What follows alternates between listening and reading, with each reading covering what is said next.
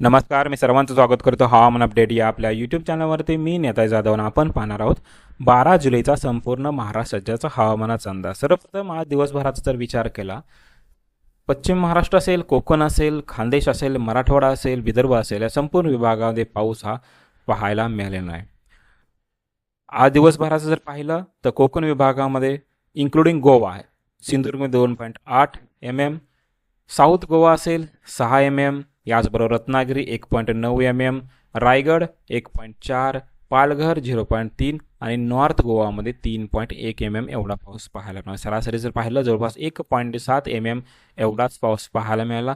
जवळपास 94% डिफिशियन्सी आपल्याला पाहायला मिळाली. याच्यात मुंबई असेल, ठाणे असेल, याचबरोबर मुंबई सबअर्बन असेल, या ठिकाणी जवळपास 100% डिफिशियन्सी पाहायला मिळाला. जो काय पाऊस पाहायला मिळाला तो कोकणाचा दक्षिण भाग असेल याच भागामध्ये पाहायला मिळाला. तोही एकदम तुरळक स्वरूपामध्ये विरळ काही ठिकाणीच पाहायला मिळाला. याचबरोबर मध्य महाराष्ट्राचा विचार केला, मध्य महाराष्ट्रामध्ये जवळपास 99% डिफिशियन्सी पाहायला मिळाला. त्या ठिकाणी जवळपास 0.1 mm एवढाच पाऊस पाहायला मिळाला. मराठवाड्याचा विचार केला, मराठवाड्यामध्ये पावसाचं एकही थेंब आज पाहायला मिळालं नाही. संपूर्ण जिल्हे असेल मराठवाड्यामधील या जिल्ह्यामध्ये जवळपास 100% डिफिशियन्सी आज पाहायला मिळालेलं आहे. याचबरोबर विदर्भाचा जर विचार केला, विदर्भामध्ये हे जवळपास 99 ते 100% डिफिशियन्सी आपल्याला पाहायला मिळाला. म्हणजे संपूर्ण विभागामध्ये पाऊस आपल्याला पाहायला मिळाला. याचबरोबर सध्याची सिस्टम प्रणाली वारे दिशानुसार जर पाहिलं तर पंजाबचा उत्तरेचा भाग असेल, या ठिकाणी डब्ल्यूडीच्या प्रभावामुळे एक सर्क्युलेशन पाहायला मिळत आहे. याचबरोबर उत्तर प्रदेशचा पूर्व भाग असेल आणि बिहारचा उत्तरेचा भाग असेल, या ठिकाणी एक सर्क्युलेशन पाहायला मिळत आहे.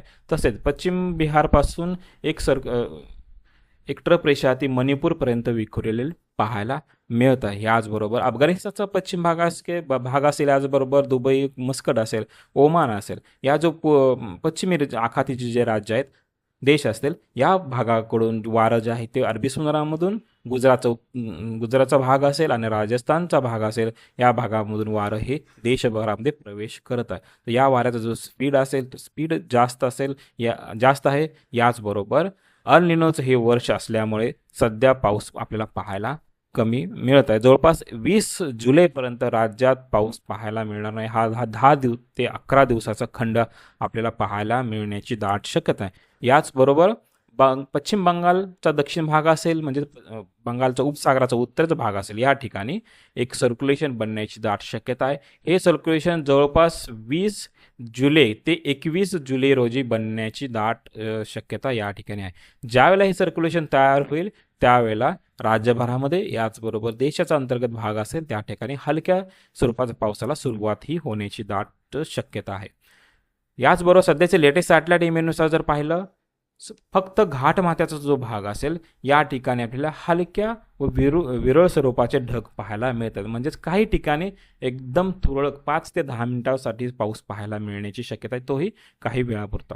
याचबरोबर रत्नागिरीचा उत्तरेचा भाग असेल आणि सिंधुदुर्ग गोवाचा काही भाग असेल, या ठिकाणी ही अधूनमधून हलक्या स्वरूपाचा पाऊस काही ठिकाणीच पाहायला मिळू शकतो. राज्याच्या इतरत्र भागामध्ये कोणत्याही स्वरूपाचा पाऊस आपल्याला पाहायला मिळणार नाही आहे.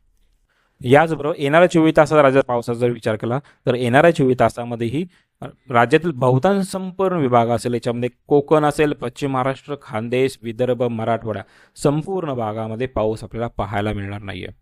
तर हे होतं येणाऱ्या 24 तासात राज्याचं हवामान अपडेट. जर आता आपण हवामान अपडेट या यूट्यूब चॅनल सबस्क्राईब जर केलं नसेल तर कृपया सबस्क्राईब करा, बेल आयकॉन नक्की करा. धन्यवाद.